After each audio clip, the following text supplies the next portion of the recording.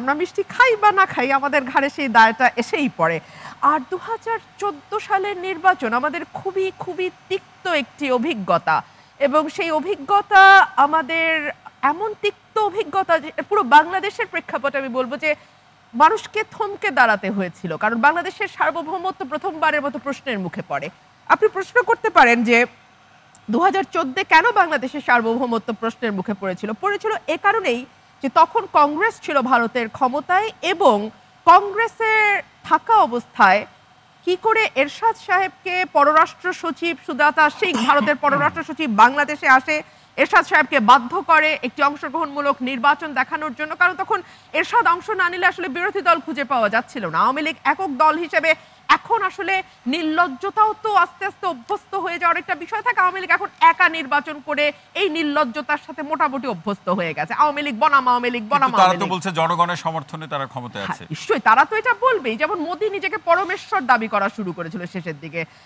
আসলে যারা ধীরে ধীরে ভোটের মাধ্যমে বা অন্য যে কোনোভাবেই হোক ক্ষমতায় এসে একটা একনায়কতান্ত্রিক বা একটা ফেসিস্ট তন্ত্র কায়েমের চেষ্টা করে, তারা ধীরে ধীরে একসময় কাল্ট হয়ে ওঠার চেষ্টা করে। সেটা আমরা বাংলাদেশে শেখ হাসিনাকে যেমন দেখি, একইভাবে ভারতে মোদিকেও আমরা দেখেছি। তবে মোদির বিষয়টা হচ্ছে মজার, কারণ সেখানে এখনো নির্বাচন কমিশন নিয়ে যতই আলোচনা হোক না কেন, মোটা দাগে নির্বাচন কমিশন নিরপেক্ষ ভূমিকা পালন করে এবং অ্যাটলিস্ট ভোটের ফলাফলে জালিয়াতি বলতে যেটা বোঝায়, বাংলাদেশের নির্বাচনকে আমি তো আসলে এখন নির্বাচন বলে ডাকি না, আমি বলি এটা কেক ভাগাভাগি। ভারতে নিশ্চয়ই ভোট বর্জনের সংস্কৃতি আমরা দেখলাম না অনেক বছর ধরে। ভোট বর্জনের সংস্কৃতি নেই, কারণ ভারতে যেই দলটি নির্বাচনে অংশ নিচ্ছে বা যে দলগুলো নির্বাচনে অংশ নিচ্ছে তারা জানে যে মানুষ যদি তাদেরকে ভোট দেয়, দিনের শেষে তাদের সেই ভোটটা তাদের ঘরে ঢুকবে এবং তারা জানে যে তাদের কর্মী সমর্থকদের উপরে নির্বাচনের আগে আগে বেধড়ক মারপিট, বেধড়ক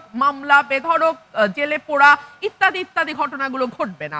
সে কারণে ভারতে আসলে নির্বাচন বর্জনটা হয়ে ওঠে না। তবে যে কথাটি আমি আপনাকে বলতে চাচ্ছি এই শুরুতেই ভারতের নির্বাচন নিয়ে, যে শুরুতে তো আপনিও বলেছেন যে মোদি ৪০০ লক্ষ্য নিয়ে এগোচ্ছিল, সেই ৪০০ তো দূরেই থাক, এককভাবে সংখ্যাগরিষ্ঠতাও মোদি পায়নি। ২৭২টা আসন পাওয়ার কথা সেটাও পায়নি, ২৪০টাতেই তাকে থামতে হয়েছে এবং এখন থার্ড টার্ম তার চলছে এবং এই থার্ড টার্মে গিয়ে তাকে প্রথমবারের মতো তার জোট সঙ্গীতের উপরে অনেকাংশে নির্ভর করতে হচ্ছে।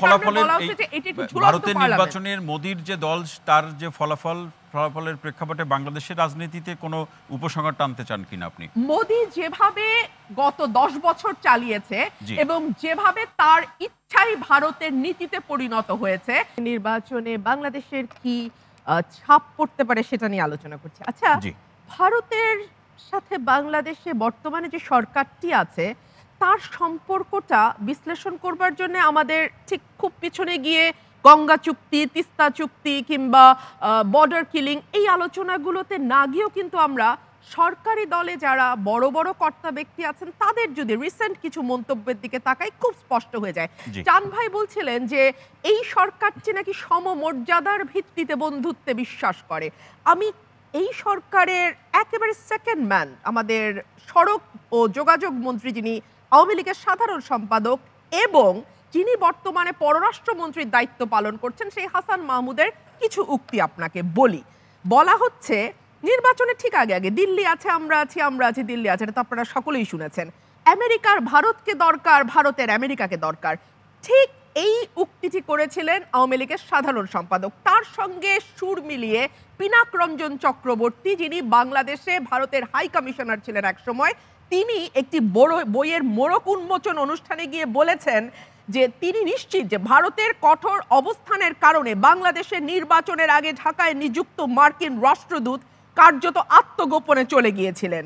পিনাক রঞ্জন বলেন, বাংলাদেশের নিজস্ব গণতান্ত্রিক প্রক্রিয়ায় আমেরিকার অতিরিক্ত হস্তক্ষেপের চেষ্টা ভারত যে পছন্দ করছে না এবং তাতে হিতে বিপরীত হতে পারে, দিল্লি তাদের এই মনোভাবের কথা নভেম্বরের 2+2 ডায়ালগের সময় ওয়াশিংটনের কাছে স্পষ্ট করে দিয়েছিল। রুমিন ফারহানা, এই আলোচনাটিও আছে যে বিএনপি তলে তলে ভারতের সাথে পুরনো সম্পর্ক পুনরুদ্ধারের চেষ্টা করছে।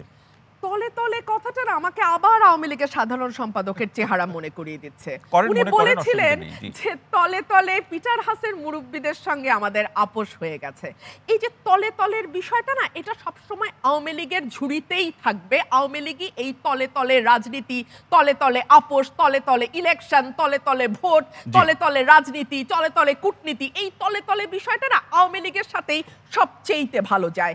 নির্বাচনের পরপর বিদেশ মন্ত্রী এবং সেতু মন্ত্রী একযোগে এক সুরে বলেছিল 14, 18 এবং 24-এ ক্ষমতায় আসতে পেরেছি ভারত পাশে ছিল বলেই। এবং নির্বাচনের আগে আগে তৎকালীন অলরেডি সাবেক হয়ে যাওয়া পররাষ্ট্রমন্ত্রী বলেছিল ভারতকে অনুরোধ করে এসেছি শেখ হাসিনাকে আরেকবার ক্ষমতায় আনতে। মানে সেক্ষেত্রে আরেকটি লাইন ছিল ব্যারিস্টার রুমিন ফারহানা, একেবারে ছোট্ট, এটি কোনো প্রশ্ন না, আমি সংযুক্ত করছি যে এখানে আরেকটি পরে কে থাকবে কাকে রাখবে এটা ভারত নির্ধারণ করে। এই আলোচনা বলছেন, যার উদ্ধৃতি দিচ্ছেন, সেখানে আরেকটি লাইন ছিল যে আসলে নির্বাচনে ভারতের যে সহযোগিতা বা বন্ধুত্বপূর্ণ যে অবস্থান ছিল, যে যাতে কোনো কালো শক্তি বা বিদেশি শক্তি যাতে এখানে অন্যায়ভাবে আমাদের গণতান্ত্রিক চর্চাটা রুদ্ধ করে দিতে না পারে। কোনটা কালো শক্তি ছিল বলেন তো? সেই শক্তিটা যে একটা ফেয়ার ইলেকশনের কথা বলছিল, সেই শক্তিটাকে কি আপনি কালো শক্তি বলছেন? যে বলছিল ইলেকশনের আগে একটা লেভেল প্লেইং ফিল্ড দরকার, সেই শক্তিটাকে কালো শক্তি বলছেন? যেই শক্তিটা বাংলাদেশে গুম বিচার বহির্ভূত হত্যাকে একেবারে রাষ্ট্রীয় পৃষ্ঠপোষকতায় করবার কারণে একটি বিশেষ বাহিনী এবং তার সদস্যদের উপরে নিষেধাজ্ঞা দিয়েছিল। আসলে আমরা কাকে কালো শক্তি বলছি?